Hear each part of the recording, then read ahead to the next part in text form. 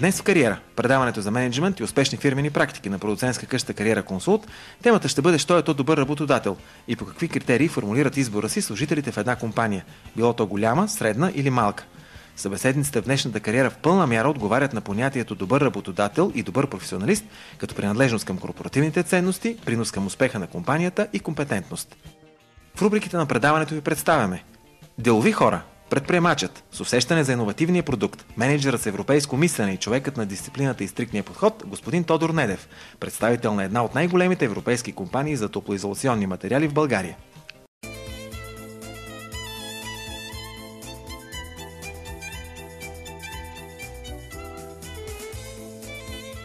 Днес в Кариера първият ни гост е личност, която залага на иновациите. Той умее да управлява с умерен тон и стил, които го отличават от средновековните похвати на управление в повечето български компании.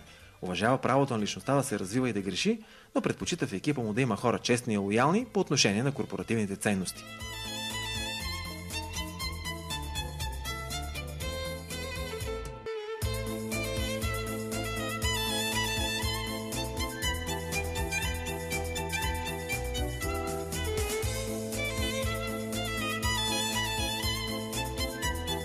Господин Тодор Недев е човек, който служителите справо могат да номинират за най-добър работодател. Честен според партньорите, иновативен според портфолиото, което предлага на нашия пазар, успешен според ръста на завоюване на пазари, цели 38% в собствения си сегмент, далновиден по отношение на фирмена политика и работа с екипа.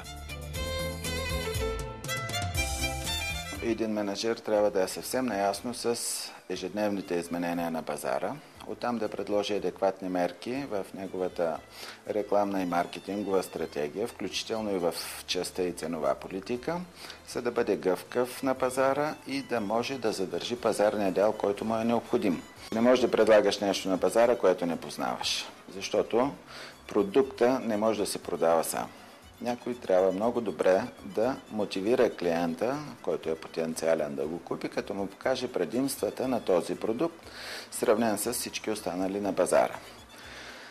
От този някой търговец, който трябва да обучи хората на пазара, стигаме до заключението за добрия екип. Значи, екипа трябва да е наистина от професионалисти и тези професионалисти да работят в екип. Не може да направите един оркестър само от добри солисти, нали?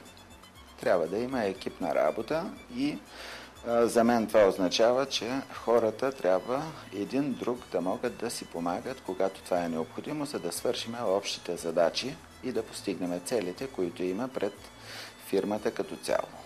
А партньорите, контрагентите, какви са качествата, които трябва да притежава един контрагент или партньор, за да ви бъде добър партньор? Значи и този въпрос е много лесен. Просто трябва да е голям на неговата територия. Ние работиме с най-големите строителни търговци на строителни материали и строителни фирми. И логиката според мен е много проста. Ако той има екипа да бъде най-големия на територията на даден окръжен град, примерно, или на даден голям град, значи за нас той е партньора, с когото трябва да работиме. Защото след като с неговия екип е постигнал този резултат, значи ние трябва да направим така, че партньорството между двете фирми да стане възможно.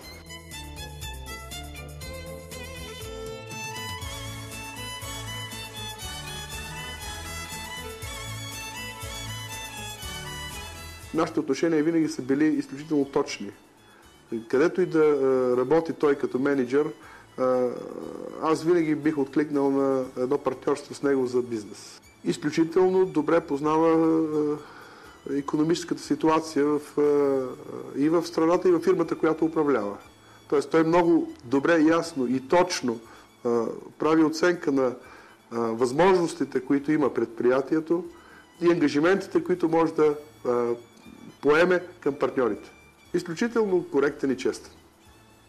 Мисля, че повече от това не е нужно. За да бъде един човек търговец, трябва да притежава много качества. Първото, което е, трябва винаги да гледа на нещата от позицията на клиента. Второто, което е, трябва да бъде артист, за да може да предложи това, което продава. Третото, което е, трябва много качества, за да продадеш продукта и да го създадеш като някакъв, да го презентираш на пазара и да го успееш да го продадеш.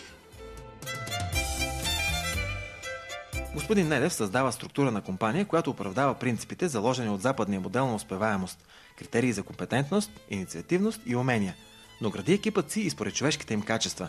Първото е да бъдат почтени, честни и смели в грешките си и лоялни към компанията.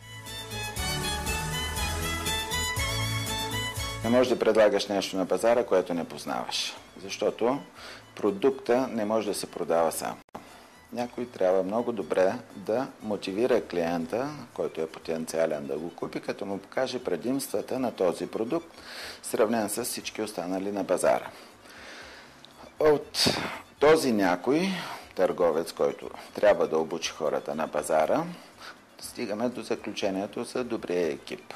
Значи, екипа трябва да е наистина от професионалисти и тези професионалисти да работят в екип. Екипа на практика го изграждам в общи линии по мои си правила, защото аз съм отговорният човек пред австрийските собственици, а всичко останало се иска от мен.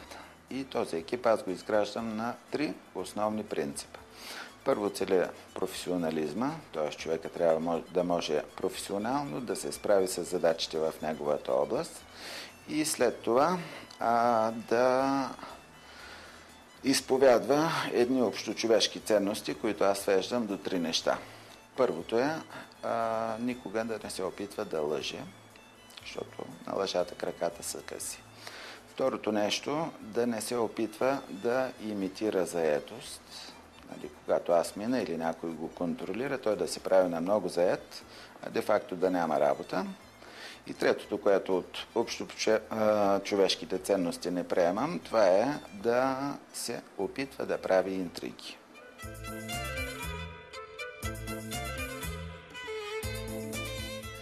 Господин Тодор Недев обича да почива със спорт. Сваля напрежението от ежедневието, като плува и практикува фитнес. Обича отворените територии, на духа и изкуството, а енергия за работа намира в съпричастността на любимите си хора. За съжаление, напоследък остава все по-малко време. Единственото, което правя така с удоволствие и сравнително системно, поне 4 дни в седмицата, това е сутрин от 7 до 9 е моето лично време, ходя на фитнес, сауна и басейн. И това ми дава възможност така да се чувствам добре. Принципно ми харесва да ходя на театър, но също рядко го правя. От време на време, примерно, би могло да отида и на опера, както би могло да отида и на някой рок-концерт. Защото това е нещо, което ми допада. Сега, ако има подходяща изложба, примерно, на някой художник, когото познавам или харесвам, също бих отишъл, но не на всички. Просто нямам това време да отида и да видя всичко, което ми харесва. А какво означава за вас да бъдеш успяващ? За мен това не е свързано с финансовия критерий да имаш много пари. Защото познавам много хора с много пари, които нито са щастливи, нито са така ентусиазирани, нито са мотивирани за повече работа, нито пък могат да се радват на живота. За мен човек е успял, когато работи това, което му харесва, изпитва удовлетворение и няма съществени разминавания между очакванията му и това, което се случва. Човек трябва да се научи да се радва по-малко и на дребните неща. Когато се научи човек да се радва и на дребните неща, тогава идва и голямата радост от големите успехи. Но почнем ли да се радваме само на големите успехи и да забравяме ежедневието и да можем да се зарадваме примерно от това, че някой сътрудник е успял да направи нещо дребно, но то според неговия опит и стаж е нещо значимо, тогава вече нещата стават по-сложни и така наречената атмосфера в колектива почва да се губи. Ако за служителите господин Недев е най-добрият човек, когато познават, както се казваше в един класически български филм от времето на бившата кинематография, то работата с него спокойно би го номинирала за приза най-добър работодател.